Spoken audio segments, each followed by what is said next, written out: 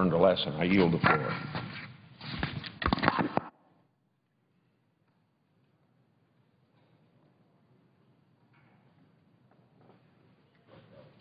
Madam President. Senator from Louisiana. Thank you, Madam President. Madam President, I come to the floor to recognize a solemn occasion. In 2 days on Friday, April 20th, it will be the 2-year anniversary of the Deepwater Horizon explosion.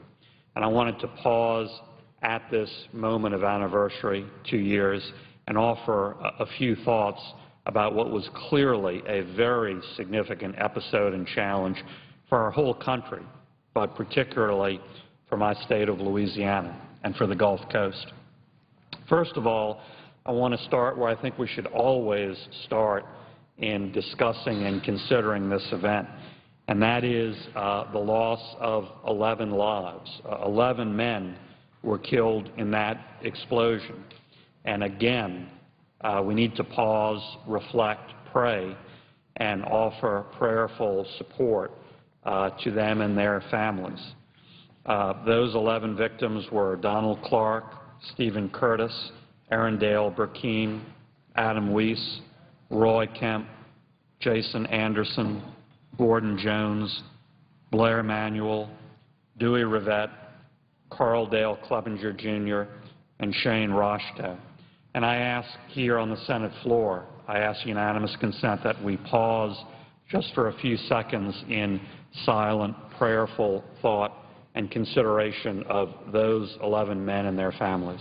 Without objection.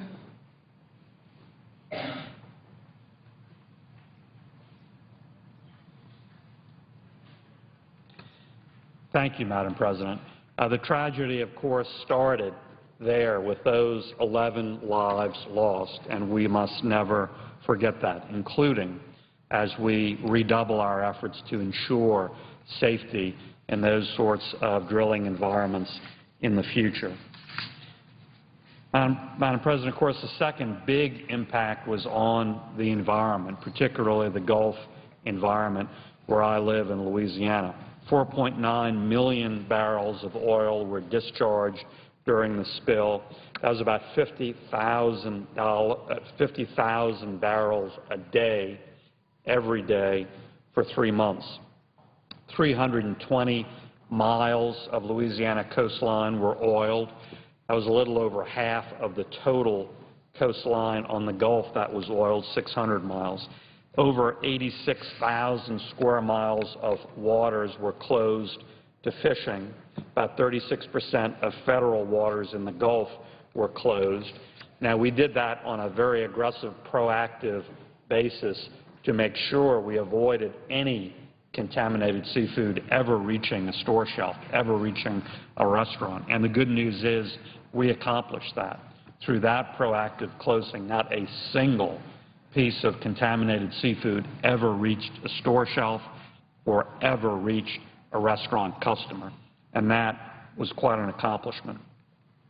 Lots of dead animals were collected, 6,800, 6,100 birds, and also other sea turtles and dolphins. And so it was a huge, the biggest ever in U.S. history, environmental disaster. Now, 2 years later, as we pause and look at the environmental effect of that, I think, quite frankly, there's good news and bad news, or at least good news and continuing challenges. The good news is I don't think anyone would have predicted that the Gulf would rebound back to where it is today. And Mother Nature has proved, again, to be amazingly resilient, and that really is good news. At the time, there are all sorts of pretty dire predictions of huge dead zones covering half the Gulf, and that has certainly not materialized. So Mother Nature has proved amazingly resilient. But I don't want to trivialize continuing challenges, continuing work, and there is continuing environmental work. And I would underscore 2 projects that are ongoing that are very, very important. First is the NRDA process under federal law, the Natural Resource Damage Assessment. That is the process under federal law by which all stakeholders help assess the damage to the environment so that the folks guilty of this horrendous incident pay for those damages, pay the state, pay the federal government, pay others who will work to restore the environment. That NERDA process is ongoing. It's a multi-year process. But there is some positive result from that process already. Step one of the process was a settlement with BP for an upfront payment of about $1 billion. And just today, 2 specific projects in Louisiana were announced as a direct result of that first, not last, but first upfront payment of $1 billion. There's a Lake Hermitage Marsh Creation Project in Plaquemines Parish. That'll create approximately 104 acres of brackish marsh from the beneficial use of dredge material. That's being announced today. And the Louisiana Oyster Culch Project. That consists of the placement of oyster culch into about 850 acres of public oyster seed grounds throughout coastal Louisiana.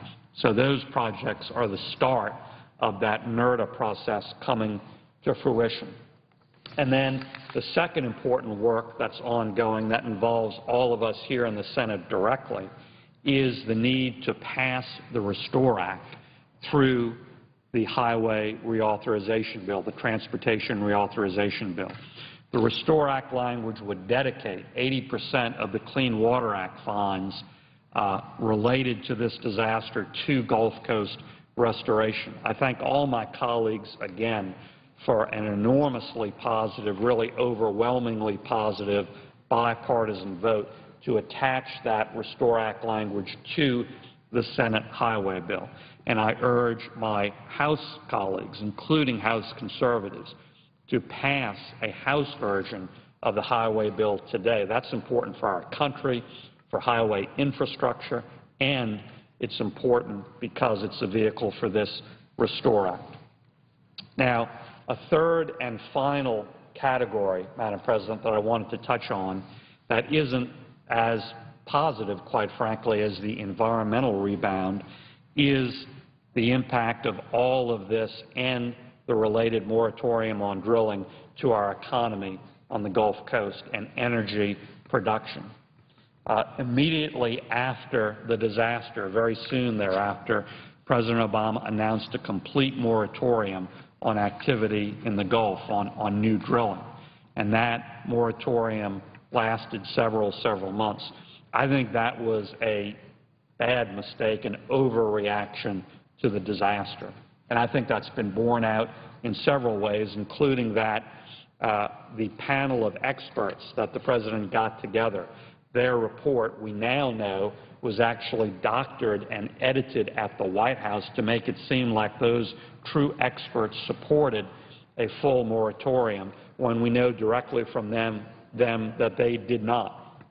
Well, this moratorium went in place anyway, and it created a lot of additional economic harm and hurt to a lot of Gulf Coast residents and workers that was unnecessary. Now, of course, we needed to pause and get new procedures and some new safety regulations in place. Of course, we need to learn the lessons of the disaster, incorporate those into practices.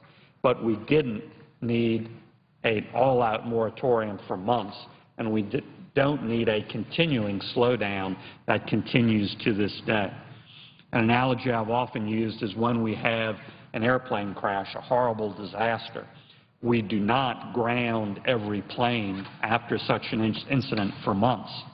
We allow the industry and that important travel and commercial activity to continue as we immediately learn the lessons of the disaster and incorporate it into safety proceedings. Well, unfortunately, my point of view did not hold sway at the White House. We had this moratorium. The complete formal moratorium lasted until into October 2010. But when that formal complete moratorium was lifted, it didn't just end there. For months and months after that, we had a de facto moratorium, permits which weren't happening, only a trickle of permits. And now, even though permitting has increased somewhat, we have a dramatic permit slowdown and a slowdown of activity in the Gulf. Now more than ever, our country and our citizens can't afford that.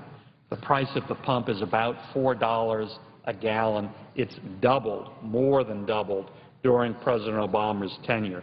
And we cannot afford this avoidable slowdown and decrease in important domestic energy activity.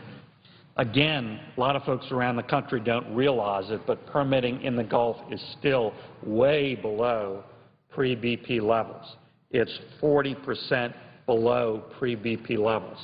Now, again, we need to learn, and we have, the lessons of the BP disaster. We need to incorporate those into our regulatory policy, and we have. But we can't afford a permit slowdown of more than 40% since before the BP disaster. Because of that, and because of other factors, energy production is down. On federal property, all oil production is down about 14% in the last year. Federal offshore production is down about 17%. And so, again, that's some of the most lasting negative impact, economic impact from the disaster, the Obama administration's wrong-headed reaction to it and lingering negative policy on domestic energy production, which we can't afford as the Gulf region, which we can't afford as a country, which we can afford less than ever now with the price at the pump. So again, I hope we do learn the lessons of this disaster. I hope we continue to ensure that those safety and other lessons are built in to our regulatory framework and best practices in industry. I think that's largely been done, and that work continues. But I also hope we honor the life work of those 11 men who lost their lives, who worked hard every day in that industry, producing good American energy, by not only allowing that work to happen safely, ensuring that happens safely, but allowing that work to happen, allowing American citizens to benefit from that work. The United States is the single most energy-rich country in the world, bar none, far richer, for instance, than any Middle Eastern country like Saudi Arabia. The problem is we're the only country in the world that puts well over 90% of those domestic resources off limits and says, no, no, no, no, no, no, you can't do this, no, you can't touch that.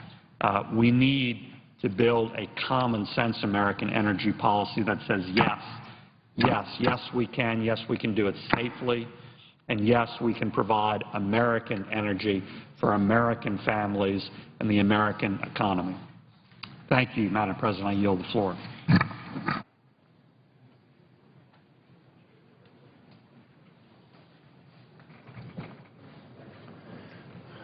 Madam President. Senator from Nevada. Madam President, I come to the floor today to highlight an issue I fight for every day, and that's jobs in Nevada. In Nevada, having a strong tourism industry means more jobs in the state. Las Vegas, Henderson, Lake Tahoe, and Reno have long been favorite destinations for millions of visitors, both domestically and more increasingly internationally. The entire southern Nevada economy is heavily dependent on hotel, gaming, and convention industry, which employs over 1/4 of the region's labor force. Plain and simple, tourism is the lifeblood for business and job creation in Nevada. Like many taxpayers, I was shocked and disappointed to read the GSA's Inspector General's report that found inappropriate spending at the 2010 Western Regional Conference that was held in Nevada. This conference was excessive, wasteful, and it completely ignored federal procurement laws and internal GSA policy on conference spending. I believe it's appropriate for Congress to exercise its oversight authority on GSA to look into the agency's practices and provide corrective oversight to ensure that taxpayers' dollars are spent wisely by this administration. However, I want to be clear. This is not an issue about location. This is the result of poor decision-making and leadership by the GSA. Las Vegas is one of the greatest locations in the world for a conference, a meeting, or vacation. With over 148,000 hotel rooms and 10.5 million square feet of meeting and exhibit space citywide, it is ideally suited to host companies and organizations, both large and small. In fact, this past January, Las Vegas hosted the Consumer Electronics Show, which had more people attend than the Iowa caucuses. I fully agree that it was inappropriate for the GSA to waste taxpayer dollars, but it is not inappropriate to come to Las Vegas for conventions and meetings. The actions of GSA should not reflect negatively on Las Vegas, and I'm asking all of my colleagues to be mindful of that as they conduct their investigations. The viability of the economy in Nevada is dependent upon the volume of visitors to our state. Last year, nearly 39 million visitors came to Las Vegas alone. These visitors came because Las Vegas continues its reign as the #1 trade show and convention destination in North America. Las Vegas hosts thousands in meetings and conventions annually and generates billions in revenue. It is no secret that Washington politicians and this administration have had a negative impact on the Las Vegas economy due to their comments issued publicly. For example, in 2009, attendance to conventions and meetings in Las Vegas fell by 13.6%. The following year, attendance fell by another 7.2%. In total, from 2009 to 2010, Las Vegas lost 1.4 million convention attendees. While I recognize that it's unfair to blame the total decline on the few ill-advised lines in a speech, there is no doubt that spoken words by politicians clearly have an impact on the Las Vegas economy. Las Vegas and the great state of Nevada should not be political targets because of GSA's misconduct. Las Vegas is an excellent destination for conferences, and I am proud of my state's ability to entertain and accommodate businesses, organizations, and individuals from all over the world. Again, while several congressional committees investigate this issue, I would respectfully advise my colleagues this is not the location, it is not the location that could be blamed for the misuse of taxpayer funds. The convention services my state offers are the best in the world, and no town in Nevada should be singled out due to poor judgment by the GSA. It is my hope that all of my colleagues will focus on the misconduct of the GSA, push for a new initiative that spurs growth in the tourist industry instead of blaming Nevada for the mistakes of incompetent government bureaucrats. Thank you, Madam President. I yield the floor.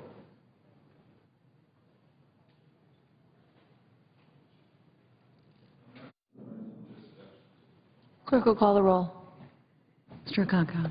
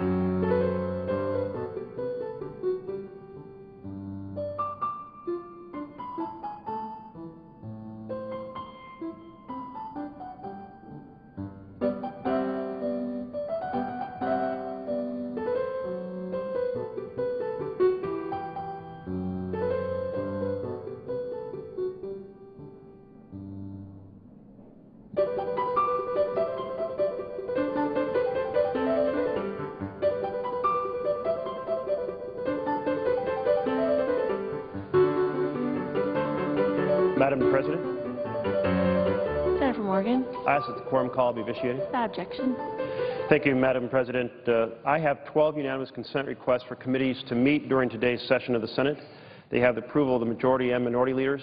I ask unanimous consent that these requests be agreed to and that these requests be printed in the record. Without objection. Thank you, Madam President. I also request that my intern, Sarah Smurthwaite, have floor privileges for the remainder of today's session. Without objection. Thank you. Madam President, I rise today to address an issue that goes to the very heart of our rural communities, our post offices. First, let's set the context. Our Postal Service is facing a challenging fiscal situation, no doubt. Americans' habits with first-class mail have changed, and there is greater competition for packages with groups like FedEx and UPS.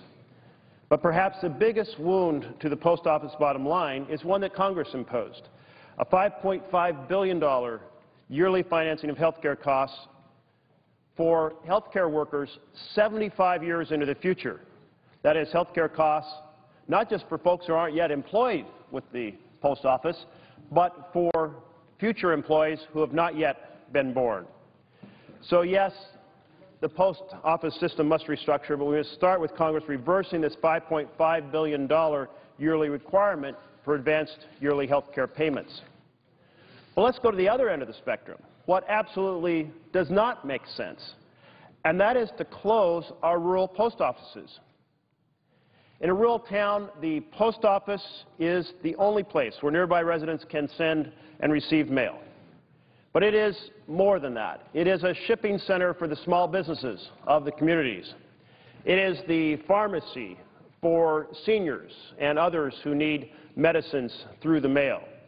It is the community center where folks gather and exchange information.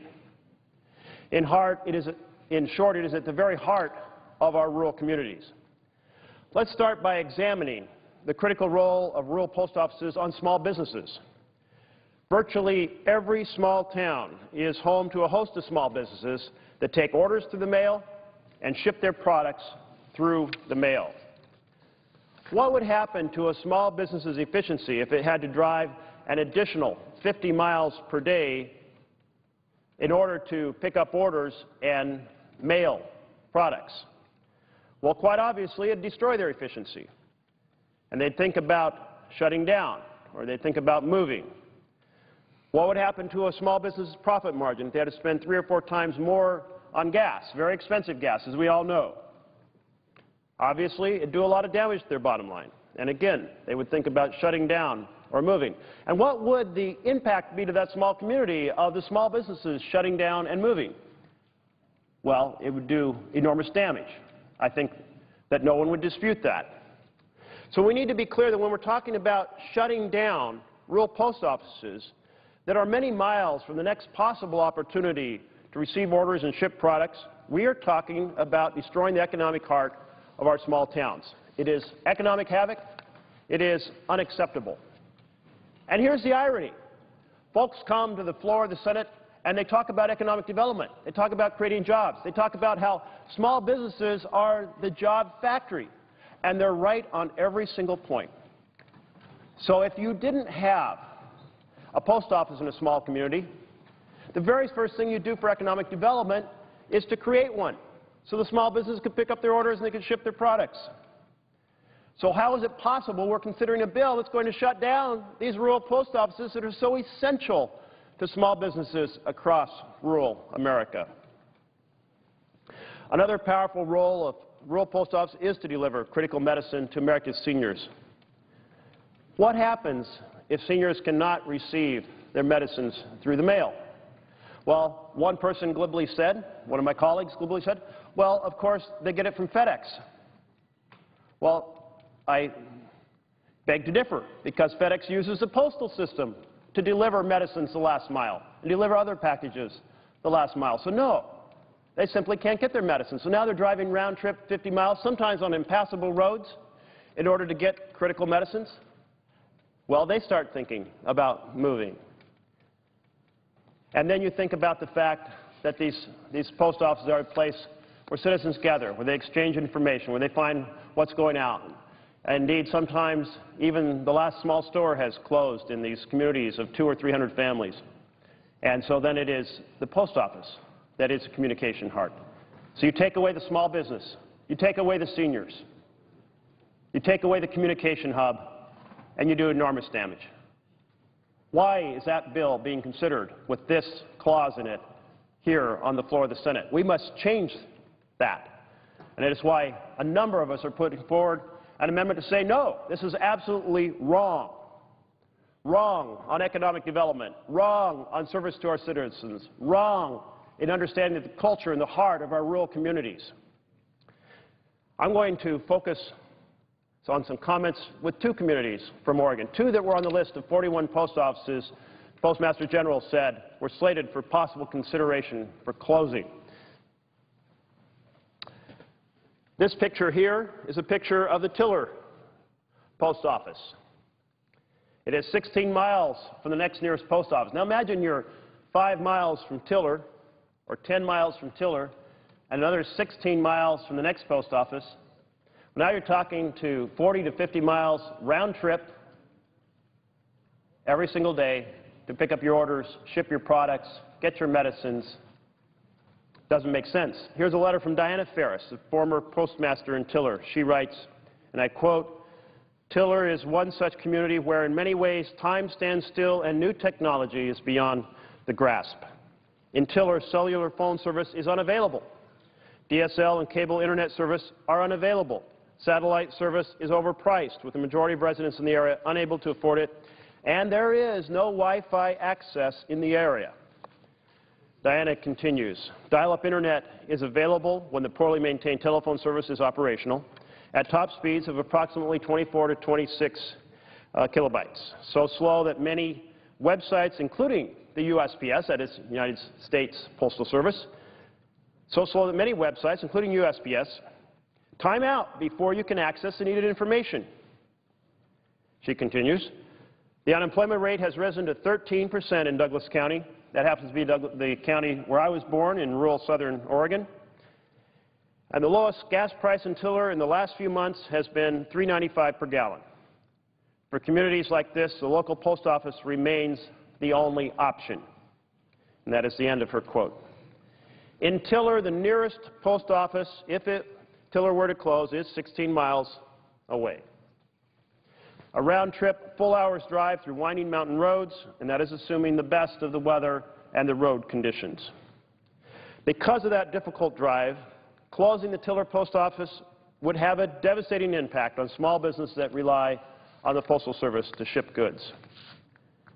Here is a letter from Alexandra Petrowski, who owns a small business, Singing Falls Mohair, with her husband in Tiller. She writes, I quote, "We utilize the services of the U.S. Post Office extensively. I would estimate that between 3 to 5 packages go out from our home to destinations around the world on a daily basis. We sell our product on eBay, and the business is flourishing. Our growing market is worldwide, using the U.S. mail system every day of the week, excluding Sundays.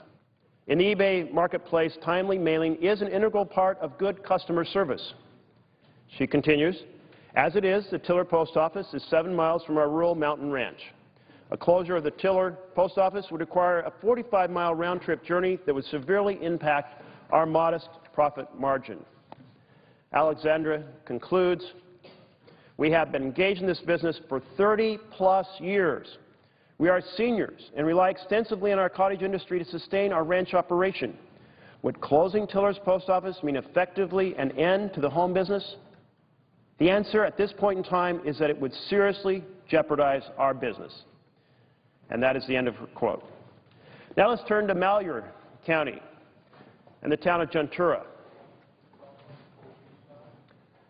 This is Juntura Post Office, about approximately 19 miles, approximately 20 miles if we round it off, to the nearest additional post office. I have a report from a citizen of Juntura named Laura Williams. Laura details the negative impacts that closing Juntura Post Office would have on the community. Her report is 42 pages long, an incredibly researched and detailed study of the impact that closing this modest modular post office would have on the rural community of Ventura. Let me read a little bit from her report. She writes, and I quote, "Ventura residents will either have to drive to Druzy to the west to mail packages, buy money orders, and complete a variety of other transactions, or they'll have to drive east to Harper, 34 miles away, a route that winds through a river canyon dangerously choked with deer during the winter months. In essence," she continues, "Ventura is between a rock and a hard place." Now, she notes in her letter that 25% of Ventura's post office users are seniors who would be particularly impacted by these changes, as they rely heavily on the Postal Service to receive medication and may have difficulty driving the long distances required in the particularly hazardous winter months.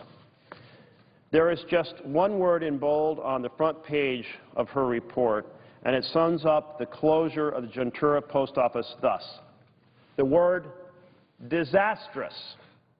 That's how she sums up her 42-page report. Her impact on this town of Ventura, this modest structure, open a couple hours a day, serving the citizens, providing the money orders, providing the stamps, providing the ability to receive orders and to send packages, every part and role it plays, she has detailed. These are just a few of stories from rural post offices across America. But these comments are far from being isolated. I think you would find very similar comments from every single small town where these towns of modest size depend on this post office for critical services. I heard these comments all across Oregon. 2 weeks ago, I visited Fort Klamath, which is also on the closure list. Residents converged once word went out that I was at the post office. So people started arriving, cars started arriving, and people started sharing their stories, and I thought I'd share a couple of those stories that they shared with me 2 weeks ago. And I'm going to start with Jeanette and Bob Evans. Bob is a veteran. He receives his medication through the mail that often needs to be scanned and signed for. They would need to take a 30-mile trip to pick up medications if Fort Klamath Post Office closes.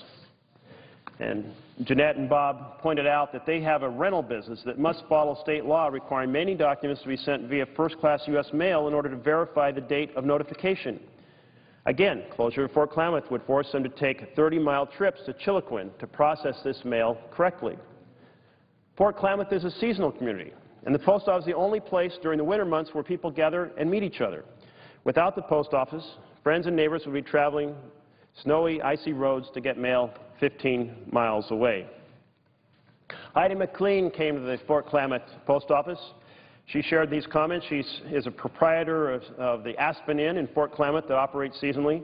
They use the post office daily as they send out information packages to everyone interested in staying with them during the season.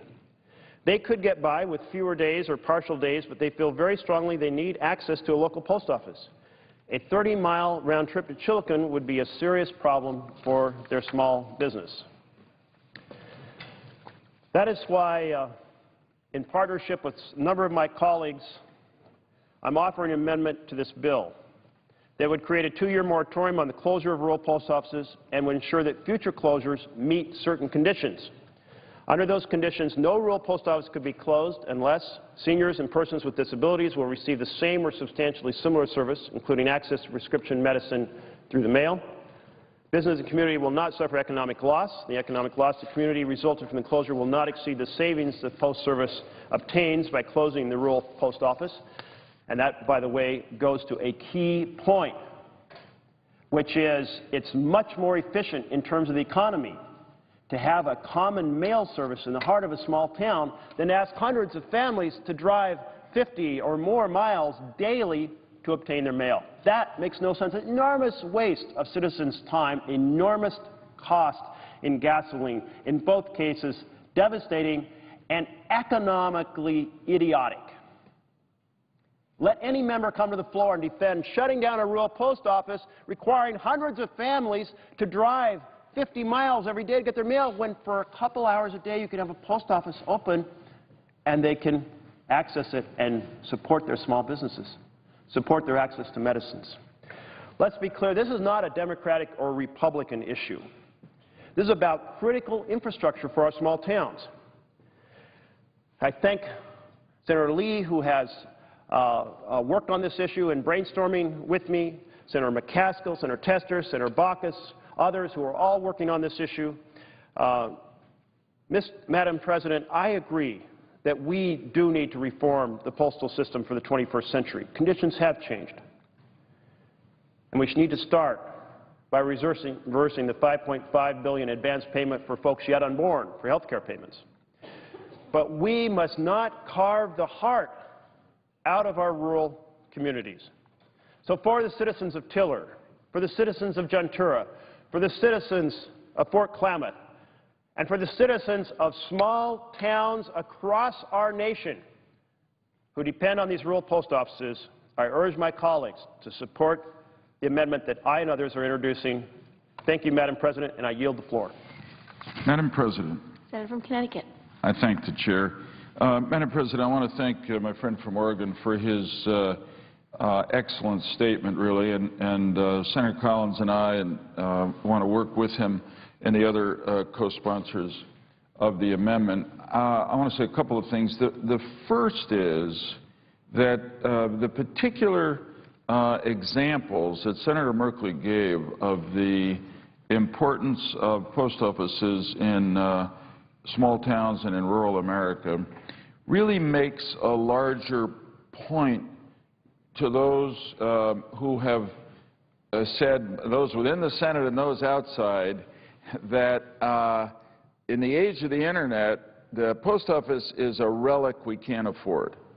And we just got to cut. Well, there's no question that because the post office is running big deficits, up to about $13 billion over the last 2 years, there's got to be economizing, and we've got to look at a different business model. But to draw an easy conclusion that in the age of the Internet, the post office and the Postal Service doesn't have a role to play and isn't playing a role anymore is just wrong. And I think your examples in very personal ways show that. I've repeated, I said yesterday about 3 times, and I'm going to say it again today.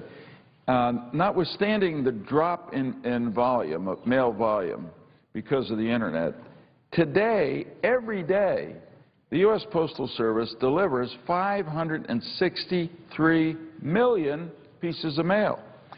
And a lot of the things that the Postal Service is delivering are critically important to people. An awful lot of the prescription drugs that people are getting today, increasing number, come through the mail. It's an example you cited. The same is true for small businesses with a particular urgency or dependency in small town and rural America. So you make a good point. That doesn't mean that everything that exists has to exist forever. It means that we can't reach an easy conclusion that because the Internet exists, we don't need the post office, the Postal Service anymore. The fact is that a lot of people depend on the Postal Service every day, and we want to respect that reality, which is important to the quality of life that people live and to the health of our economy overall. So I look forward to working with you on it. The existing bill tried to recognize this problem and contains within it, as 1789, a number of steps that are aimed at ensuring that post offices in rural areas and towns are protected, and appropriate weight and consideration is given to the importance of such post offices in their communities. So this was done in large part in our committee thanks to a bipartisan amendment offered by Senators Tester and Moran, and that was strengthened, we think, in the substitute amendment that that we're now considering. It includes retail service standards, individual standards for possible post office closing, and what the standards would be on appeal to the PRC. But I don't believe that this is a perfect document, and I accept therefore, your amendment as a thoughtful attempt to do even better at what we're trying to do, and I look forward to working with you, Senator Merkley, to see if we can reach common ground on this. I'll say something else, just to put this in a different sort of hard numbers context. The Postmaster set as a goal at the outset to try to cut about $20 billion from the annual operating expenses of the Post Office. That's a tough number. That is over the next 3 or 4 years. We think this bill, and the Post Office seems to agree, doesn't quite do that, but gets pretty close to it. Certainly is somewhere in the $15 to $20 billion range. Some of the elements of the bill that save a lot are the money that we provide for incentivizing postal workers to retire early. That's an $8 billion annual saving. There are significant savings in terms of the mail processing facilities, in the billions. The reality is, interestingly enough, as I think my friend from Oregon knows, that the amount of money saved if the Postmaster actually closed the 3,700 post offices that he put on the list of possible closings is relatively small. It's not nothing, but we're talking about $150 to $200 million if he closed all of them. So as compared to the billions in the other items we're doing, and relating that number to what you've described in the examples you've given and what we heard in our committee, I think we've got to, this is an area in which I personally believe we've got to tread cautiously. So I thank you, Senator Merkley, for your thoughtful statement. I look forward to working with you. I know Senator Collins does too, and the other sponsors of the amendment to see if we can't reach an agreement so we can find a way to accept. I thank my colleague from Connecticut, and I appreciate your addressing this issue. I look forward to working with you. I understand that the efforts were made to identify issues that the Post Office must consider before closing a post office, but the key is not to simply have them consider an issue, but to have a standard by which it can be evaluated whether that standard has been met. That is the critical distinction, which then allows the review commission that you all have appropriately included in the bill to have a standard. Because if it simply, did the Post Office consider this? Yes, they'll say, yes, they did consider it. But did it have a substantial impact in damaging the local economy? Now there's a standard that the Review Commission, I look forward to working with you. Thank you so much. And thank you to Senator Collins and to Senator Carper, who have been working to help address this issue as well. Thank you. I yield the floor. Madam President. Senator from Maryland. Madam President, I rise to speak on the postal reform bill and to offer constructive suggestions. I know Senator Collins was scheduled to speak. I'm going to take this time. She's at a meeting, and it's concurrent. It's agreeable to her that we follow this sequencing. There is no doubt that the Postal Service is in need of reform, and I support the concept of reform. And I want to salute the architects of the bill, Senators Lieberman and Collins, on the framework that they've proposed. I think it was thoughtful and robust and even ambitious. I would like to compliment them on the process that's the hallmark of this committee. And if I could have the Senator's attention for a moment from Connecticut, Senator Lieberman, I just want to comment that we know you're about to retire, and we're going to miss you, because here we are having a civilized, rational, thoughtful, data-driven type of conversation, and I think it's a hallmark of the way he and Senator Collins have functioned to bring this bill to our attention. The Senate ought to do more of it, and Senator, I thank you for your leadership, though I disagree with some of the parts in this bill. But that's the way the Senate should be. So let me talk about the postal reform. First, about the post office. About the post office. The post office is not a business. It is a public utility, and we need to think of it as a public utility, that which provides universal service to keep the juice and electricity of our economy going. And if we think of it as a public utility, mandated by a national interest to provide universal service, then that's the way we should think about it. Will it require subsidy? Yes. Does it require an open checkbook? No. Does it require reform? Yes. But the post office has reformed itself. From the days of Pony Express to the days of today. They had to face the challenge when they invented Western Union. They faced the challenge when we had a telephone. Why do we need the post office? Time and time again, the post office is needed to reform. It's time to reform again. But if we're going to reform, we need to make sure we provide safeguards to protect rural communities, to protect small business, and to protect vulnerable populations that don't have access to the Internet. We have a digital divide in the United States of America. We don't have a universal super information highway in the United States of America. We do have a digital divide, and the divide is coming because of both geography and it comes because of income. Not everybody walks around with these cool 500 devices. So people rely on the post office for correspondence, for paychecks, for the delivery of products that have been ordered over the Internet, those eBay entrepreneurs that we know about.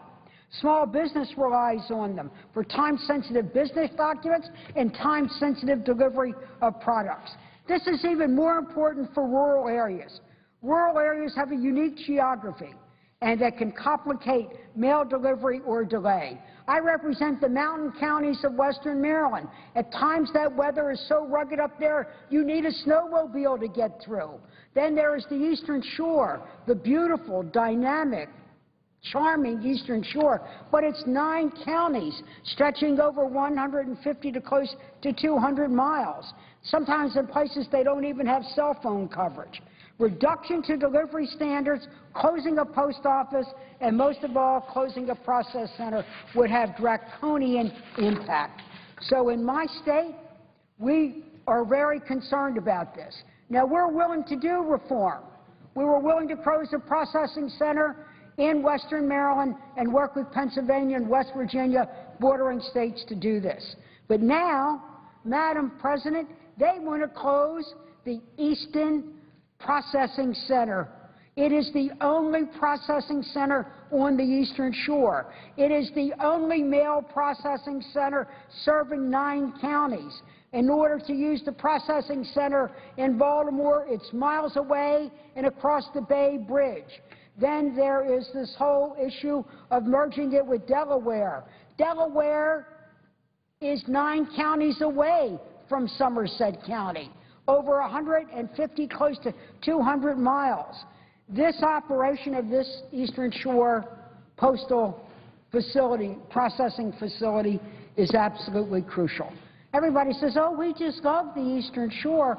Well, I love it too, but I want it to have business. I want my senior citizens to be able to get their prescription drugs by mail, and get it on a timely basis. It is a community of small business. That's what the Eastern Shore is. Even our big business of poultry and seafood is made up of small entrepreneurs involved in this. They need a post office, and they need to have it accessed on the Eastern Shore. So last February, the post office, in its unique way, announced the closing. Senators Cardin and myself asked for hearings. The post office responded in a very dismissive way. They just dismissed not only Cardin and Mikulski, but they dismissed 500,000 residents who live on the Eastern Shore and who rely on this. When I asked them if they'd even hold a hearing so that farmers and small business and seniors could voice their voices, they said they'd heard all that they needed. They had no intention of holding a hearing. Well, Madam President, my constituents have a right to be heard. They have a right to standards of delivery service, and they have a right for me to fight for them, and I'm going to fight for them. But I'm also going to fight for postal reform. The way Senator Merkley wants to improve the bill, so do I. I have 4 amendments pending to get the post office to make sure that they not only look what they're doing right now, they look at what is the impact of what they're doing on the post office. Senator Barb looks at the impact that they're having on the customer and on the community. Remember, think of it as a public utility, and we're turning the lights off on the Eastern Shore. So my First Amendment says no processing center can be closed unless a governor from the state certifies that a closure won't harm the community or disrupt commerce. My Second Amendment says no processing center can be closed unless an independent third party, like the Commission, talks about the impact on jobs, unemployment rate, and small business, and to make the study public. My third maintains a standard of delivery for overnight. On that Eastern Shore, my veterans need their medical care, my seniors need to be able to get their Social Security checks, and also business. You know, parts of this come through this processing center are even live birds. Are they going to sit around and go back and forth to Baltimore? Man, does that ruffle my feathers. I can tell you that right now. And fourth, it's strictly zip code politics. I will offer an amendment to prevent the closing of the Eastern Post Office. If my other 3 amendments prevail, I think we have it. So it's not just my criteria, it's what Merkley and all of us are talking about. The post office is a public utility. When you look at the impact of closing, not only on the impact of what the post office saves, but what the community loses, and is it worth the cost? I don't want to turn the lights out on the Eastern Shore, but I do want to keep the lights of the post office going. So in the spirit of compromise and conversation and civility that marks the leadership of this committee, I want to work with the leadership to see if I can be accommodated. I want to, again, congratulate Collins and Lieberman on their leadership, and on just their whole civilized way, and also to Senator Sanders for doing this. So, Madam President, I think I've made my point, and next time the post office should listen more to the people, or they'll hear more from Senator Barb. Senator from Maine. Thank you, Madam President. Before my friend and colleague from Maryland leaves the floor, I want to thank her for her passionate advocacy on behalf of her constituents.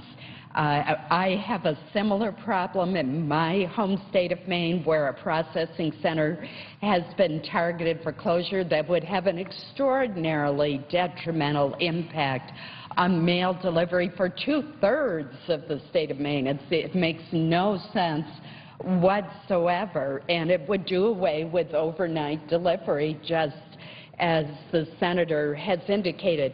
I would encourage her to continue to work with us, and also to look at the specific provisions that we've put into the substitute that reflects the input that we've had from her and many other concerned senators. And one of those standards deals with overnight delivery and the need to maintain that service of standard, that standard of service. This is an advantage that the Postal Service has, and it helps it keep customers. So to do away with overnight delivery, in my view, would be foolhardy, and it would actually cause more mailers to leave the Postal Service, which would produce a further decline in volume, and thus revenues would plummet still further.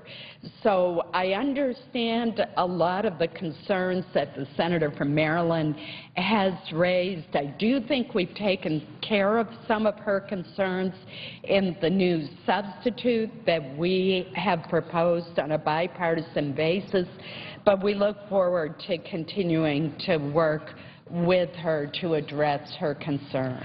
If I may respond to the gentlelady, first of all, I really do thank you for the substitute.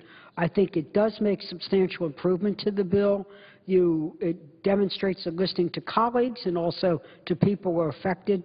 I'm familiar when we worked on home health care, and you and I teamed up because in parts of Maine and parts of western Maryland, we had nurses, visiting nurses on snowmobiles, and they weren't going to be reimbursed. So we have an understanding of these rural, rugged communities. I do want to work with you, and in the spirit and tone represented by you and Senator Lieberman, perhaps we could have some additional conversations. I thank you, and I yield the floor. Madam President, if I may, just very briefly, thanks to Senator Mikulski for her kind words, but also